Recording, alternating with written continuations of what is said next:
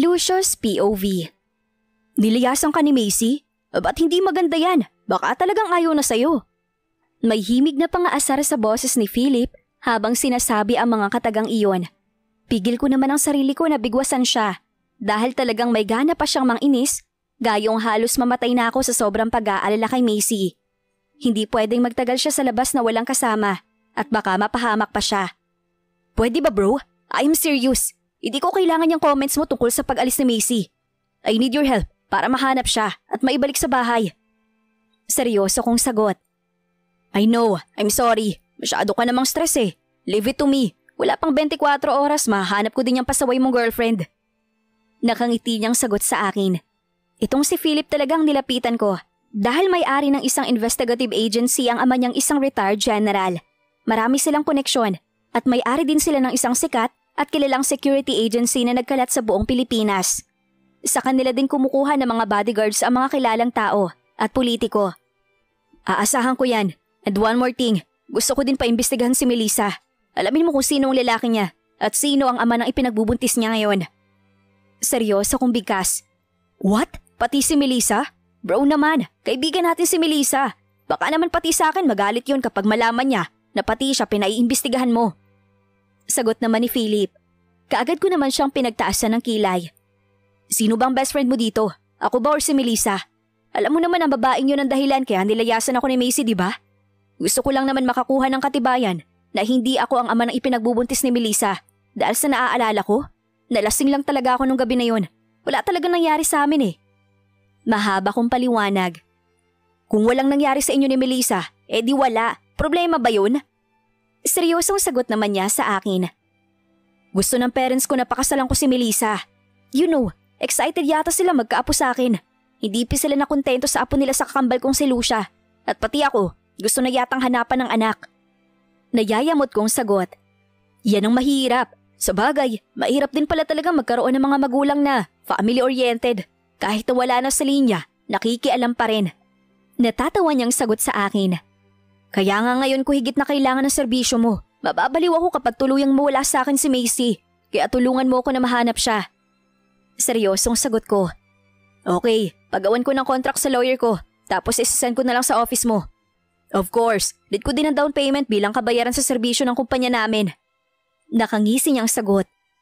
Ulol, ang daming daldal. Kahit na magkano pa yan, willing ako magbayad. Basta mahanap mo lang si Macy at maibalik sa akin sa lalong madaling panahon. Baka mabigyan pa kita ng bonus basta magawa mo ng maayos ang trabaho mo eh. Yamot kong sagot, sabay tayo. Kaagad naman siyang tumayo at inilahad ang kamay niya sa harap ko. Okay, sabi mo eh. Isipin mo na lang na case close na to. In 24 hours, mabibigyan na kita ng update kung nasa ng love of your life. Nakangisi niyang sagot. Isang malakas na buntong hininga ang pinakawalan ko bago ko tinanggap ang pakikipagkamay ko. Hindi ko alam kung part pa ba ng professionalism itong trip ni Philip. Pero kailangan kong sakyan kung ano ang nais niya. Alam kong magaling sila magtrabaho, kaya nga siyang nilapitan ko eh. Pagkagaling ko sa opisina ni Philip, diretso ako sa aking penthouse. Wala na sana muna akong balak na umuwi ng bahay namin. Kaya lang, bago ko pa naihinto ang sasakyan ko sa mismong parking area ng penthouse, narinig ko naman ang pagtunog ng aking cellphone. Kaya dali-dali ko na ding sinagot iyon.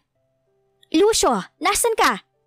Seryoso ang boses na tanong ni Mami sa akin na nasa kabilang linya. Outside, hinahanap si Macy. Seryosong sagot ko. Hindi nakaimik si Mami, kaya muli ako nagsalita. Bakit po? May balita na ba kay Macy? Hindi ko siya makontak at sobrang nag-aalala na ako sa kanya. Muli kong bigkas. Gusto kong ipakita at iparamdam sa kanila na walang mas mahalaga sa akin ngayon kundi si Macy lang. Gusto kong ipakita sa kanila na wala akong ibang babaeng gusto kundi si Macy lang. At hindi nila ako mapipilit na ipakasal kay Melissa. Pwede bang umuwi ka na muna? Pwede bang isantabi mo muna ang tungkol kay Macy? Dahil may mas malaking problema tayo. Ang kapatid mong si Talia, nakakausap mo ba siya? Seryosong tanong niya sa akin. Kaagad naman nagsalubong ang kilay ko. Nasa Amerika si Talia at paanong nasama sa usapan na ito ang isa pang makulit kong kapatid. Hindi naman mahilig makapag-communicate si Talia sa akin, kaya wala akong naging balita.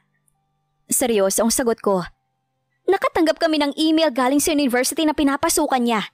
Nag-drop out na daw ang kapatid mo. Baka sa boses ni Mami ang matinding pag-aalala habang sinasabi ang balitang iyon, kaya hindi ko talaga maiwasan ng magulat. Paano nag-drop out? Noon pa man, pangarap na talaga ni Talia na sa Amerika mag-aral. Shit, hindi pa nga tapos ang problema kay Macy, dumating naman ang problema tungkol kay Talia. Nasa na palang babaeng yon? Mukhang madadagdagan pa yata ang ipapatrabaho ko nito kay Philippa. Imbes sa penthouse ako uuwi, wala akong choice kundi ang magpakita muna sa bahay. Alam kong sobrang nag-aalala si Mami sa biglang pag-drop out ni Talia sa school. At dagdagan pa na hindi talaga malocate ang kinaroroonan nito. Yun nga lang, lalong nadagdagan ang init ng ulo ko. Nang pagkapasok ko pa lang sa loob ng vicinity ng bahay namin, ang nakakairita ng pagmumukha ni Melissa ang sumalubong sa akin. What do you want? Naiinis kong tanong sa kanya. Napansin kong maluha-luha niya akong tinitigan, kaya hindi ko mapigilan ang maikuyom ang aking kamao. Magaling si Melissa magdrama at sanay na ako sa ugali nito. Hintayin niya lang talaga na lumabas ang katotohanan tungkol sa pagdadalang tao niya kuno. Kung hindi talaga ako mangingimi na parusahan siya kasama ang pamilya niya sa kaguluhan na idinulot nila sa relasyon naming dalawa ni Macy. Lucio, hanggang ngayon pa ba naman galit ka pa rin sa akin? Magkakaanak na tayo lahat-lahat ah. Ganyan pa rin kalamig ang pakikitungo mo sa akin? Naiiyak niyang bigkas. Naiinis naman akong napabuga ng hangin at diretsyong naglakad papasok ng bahay. Wala akong panahon sa mga drama niya, lalo na at ang daming problema ang kinakaharap ng pamilya namin. Diretso ako sa living room kung saan naabutan ko sila Mami at Daddy na seryosong nag-uusap. Nang mapansin nila ang pagdating ko, sabay pa silang napatitig sa akin. Lucio, saan ka ba galing? Hindi ka pumasok ng opisina at uuwi ka ng bahay na ganyan ang tsura mo? Seryosong tanong ni Daddy. Hinahanap ko si Macy sa labas. Nagbabaka sakali pa rin ako na makita ko siya. Walang paligoy-ligoy kong sagot. Napansin kong nagkatingin na naman sila bago sumagot si Mami. Pwede bang isantabi mo na muna ang tukol kay Macy? Nawawala ang kapatid mong si Talia at hindi namin siya malukay kung nasan siya. Nag-aalalang bigkas ni Mami. Pigil ko naman ang sarili ko na sabihin na nawawala din si Macy. Dalawang mahalagang tao sa buhay ko ang bigla na lang naglaho. Doble-dobleng problema at hindi ko alam kung ano ang uunahin. Ma'am, malaki na si Talia para magdesisyon. Uuwi din yon. Parang hindi nyo naman kabisado ang ugali ng kapatid ko eh. Feeling independent sa buhay yon, as long as may hawak na pera. Seryoso kong sagot. Hindi mo maaalis sa amin na mag-alala sa kapatid mo. Babae pa rin siya. At baka mapahamak pa siya. Seryosong sagot ni Mami. Okay, fine. Gagawa ko ng paraan para malocate siya sa lalong madaling panahon. Seryosong sagot ko. Tama po si Lucio, tita and tito. Baka nasa paligid lang si Talia. Hayaan niyo po. Tutulong po ang pamilya namin para mahanap si Talia sa madaling panahon. Sabat naman ni Melissa. Hindi ko na malaya na sumunod din pala siya sa akin hanggang sa pagpasok dito sa loob ng living room. Feeling close na talaga siya sa mga magulang ko. Salamat, Iha. Siya nga pala, pakisabi sa Daddy at Mami mo na sa Sunday na kami mamamanhikan ha? May mga bagay lang na dapat unahin ng pamilya namin. Sagot naman ni Mami. Huwag po kayong mag-alala, tita. Naiintindihan po namin ang sitwasyon. Nakangiting sagot naman ni Melissa, kaya nagpa siya akong umalis na. Baka kung ano pa ang mangyari kung patuloy pa akong manatili dito. Baka ma-high blood pa ako sa sobrang inis. Lucio, saan ka pupunta? Dito si Melissa. Sikusuhin mo naman siya. Natigil ako sa paghakbang nang biglang magsalita si Daddy. Seryoso akong napalingon habang may pilit ng ngiti na nakaguhit sa labi. Nakaya niyang pumunta mag-isa dito na walang invitation mula sa akin at kaya niya naman sigurong umalis mag-isa. I'm sorry, Dad. Pagod ako at masakit ang ulo ko kaya hayaan niyo na muna ako makapagpahinga. Bigkas ko at matalim na sinulyapan si Melissa bago ko ipinagpatuloy ang pag-alis. Kaunting ebidensya lang at makakaligtas na ako sa problemang ito. Sana lang talaga, bigyan kaagad ako ng update ni Philip sa pinapatrabaho ko sa kanya para matapos na to. Ilang oras pa lang na hindi ko nakakasama si Macy, sobrang namiss ko na siya. Macy's POV. May magandang benepisyo din naman ng si Ma'am Talia ang nakilala ko sa barko dahil hindi din siya nagdalawang isip na isama niya ako sa nirerentahan niyang bahay. Kahit papano palagay ang loob ko na siya ang kasama ko. Pero hindi ibig sabihin na magtatagal ako sa poder niya. Bala kong umalis pa rin at magpakalayo-layo, malayo sa pamilya Del Chavez, dahil iyon ang nararapat. Dahil kumain na kami sa restaurant na nadaanan namin, Pagdating ng bahay, inihatid niya na lang ako sa kwarto na gagamitin ko daw bago siya pumasok sa sarili niyang silid. Kulang pa ang impormasyon na nalalaman ko kung bakit nagawang hindi ipaalam ni Talia ang kinaroroonan niya sa pamilya niya. Pero wala din naman akong balak na makialam. Malaki na siya para magdesisyon sa sarili niya. Uuwi din naman siguro siya sa mga magulang niya kapag mapagod siya sa mga pinagagagawa niya. Dahil siguro sa matinding pagod, kaagad na din naman akong nakatulog. Siguro dahil sa magkasunod na puyat na nangyari sa akin sa bahay ng mga Del Chavez, kaya umaga na ako nagising kinabukasan. Yun nga lang, pagkababa ko sa aking higaan, nakaramdam naman ako ng pag-ikot ng paningin ko na sinabayan pa ng pangangasim ng aking sikmura. Wala sa sariling napahawak pa ako sa aking ulo habang paulit-ulit na idinidilat at ipinipikit ang aking mga mata. Dagdagan pa na naduduwal ako, kaya kahit na nahihirapan ako, kaagad akong tinahak ang papuntang pintuan ng kwarto para pumunta ng banyo. Unlike sa bahay ng mga Del Chavez, nasa labas ng kwarto ang banyo nitong bahay na inuupahan ni Ma'am Talia. Payak ang nasabing bahay at malayong malayo sa bahay na kinilakhan nito sa Metro Manila. Macy, anong nangyari sa'yo? Narinig ko pang tanong sa akin ni Ma'am Talia. Sakto kasing pagkalabas ko ng aking silid ay siyang paglabas niya naman, kaya kitang-kita niya ang hindi kanais-nais kong kalagayan. Na food poisoning yata ako, ma'am. Mahinang sambit ko habang mahigpit akong nakakapit sa pintuan. Feeling ko kasi nanginginig ang tuhod ko at may kung anong bagay ang gustong kumawala sa aking sikmura.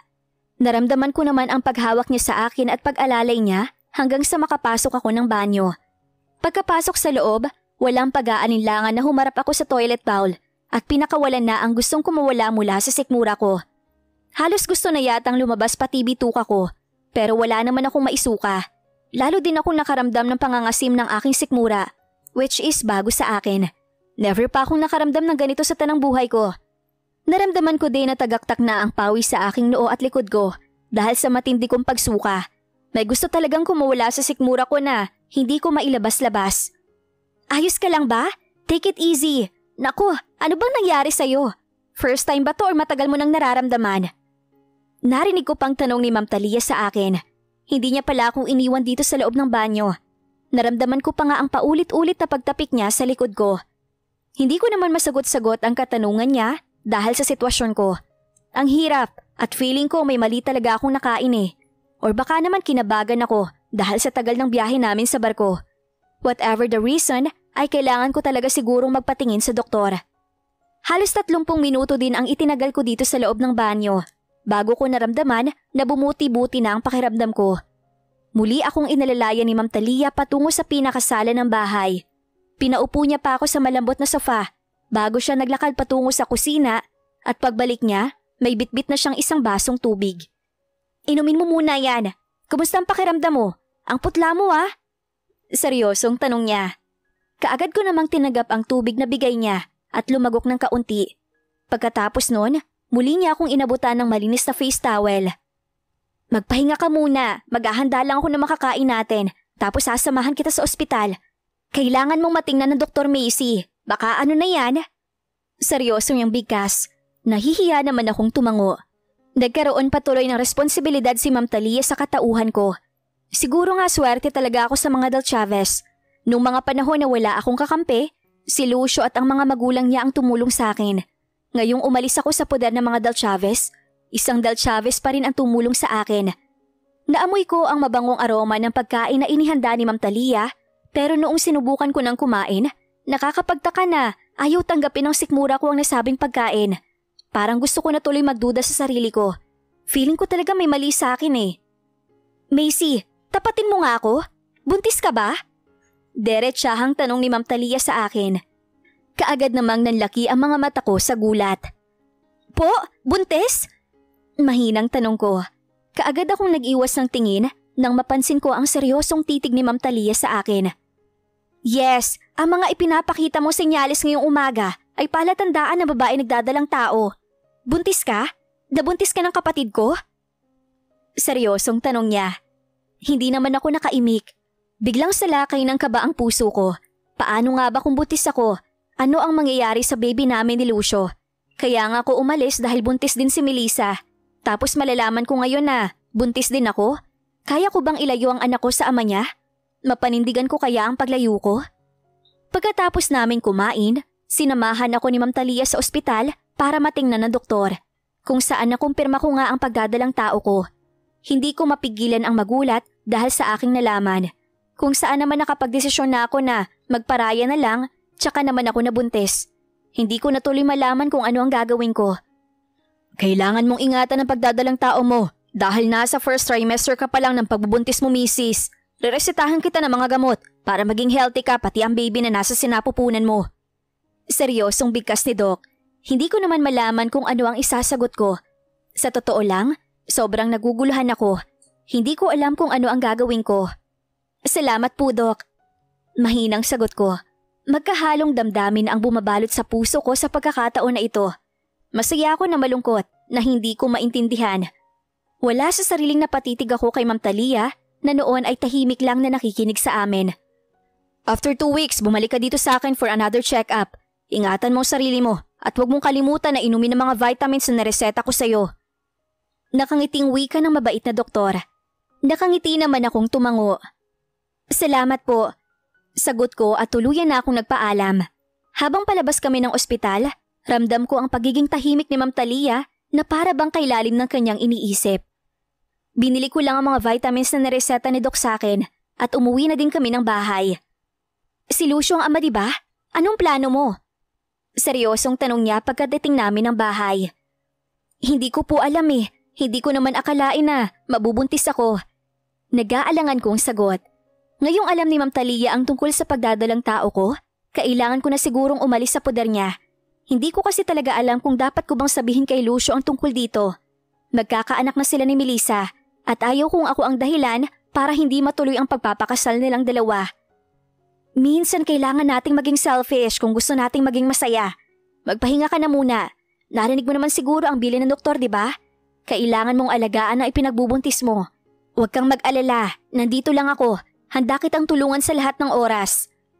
Nakangiti niyang wika at talagang inihatid niya pa ako sa sarili kong kwarto. Kung mabait ang mga kapatid niya, mabait din pala si Ma'am Talia. Hindi pa nga kami masyadong magkakilala, pero ramdam ko na sa puso niya ang kabutihan niya.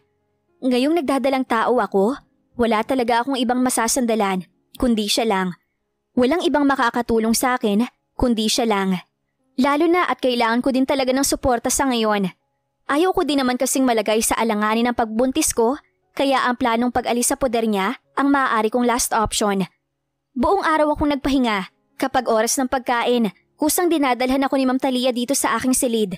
Pero hindi ko din naman masyadong nakakain. Hindi kayang tanggapin ng sikmura ko ang lahat ng sinusubo ko. Kaya naman sobrang nahihirapan ako. Nasa unang stage pa lang ako ng pagbuntis ko. Pero feeling ko hindi ko na kaya. Nako, kailangan mong kumain, Macy. Hindi pwedeng ganyan ka. Seryosong bigkas niya. Simula nang dumating kami galing ospital, hindi ko na alam kung ilang beses na akong nagpabalik-balik ng banyo para sumuka. Lahat kasi ng isusubo ko, inilalabas ko lang din eh. Sorry po at pati kayo naabala ko pa. Nahihiya akong sagot sa kanya. Imbis na wala siyang responsibilidad sa buhay niya, bigla niya tuloy akong naging kargo, which is nakakahiya. Ayos lang, walang problema sa akin. Nakalimutan mo na ba? Kapatid ko si Kuya Lucio at pamangkin ko din naman yung dinadala mo. Kagaya ng paulit-ulit kong sinasabi, hinding-hindi kita pababayaan. Nakangiti niyang sagot sa akin. Pasensya na po talaga, ma'am. Nasira po tuloy ang bakasyon mo dito sa Mindanao dahil sa akin. Sagot ko naman sa kanya. Ayos lang. Masaya din palang ganitong may nakakausap at may naaalagaan ako. Bigla ko kasing naisip na itigil na lang ang paghahabol sa kanya. Nakangiti niyang sagot sa akin. Gulat naman akong napatitig sa kanya. Kanino po? Nagtataka kong tanong. Sa lalaking naging dahilan kaya nandito ako ngayon sa probinsyang ito. Basta, mahabang istorya at balang araw, ikikwento ko din sa'yo. Sa ngayon, kailangan muna nating unahin ang kalagayan mo. Teka lang, may preferred ka bang food na gusto mong kainin? Pagkain na hindi mo na isusuka? Nakangiti niyang tanong sa akin. Alangalin naman akong umiling. Wala po eh, hindi ko po alam. Nahihiya akong sagot sa kanya. Okay, try ko na lang mag-research ng mga pagkain na pwede sa mga masiselang magbuntis na kagaya mo. Sa ngayon, magpahinga ka muna. Akong bahala sa lahat. Nakangiti niyang bigkas bago niya ako iniwan dito sa aking silid. Hindi ko naman mapigilan ang pagguhit ng masayang ngiti sa labi ko. Swerte ko pa rin pala talaga dahil nag-cross ang landas namin ni Ma'am Talia. Kung hindi siguro dahil sa kanya, baka kung ano na ang nangyari sa akin.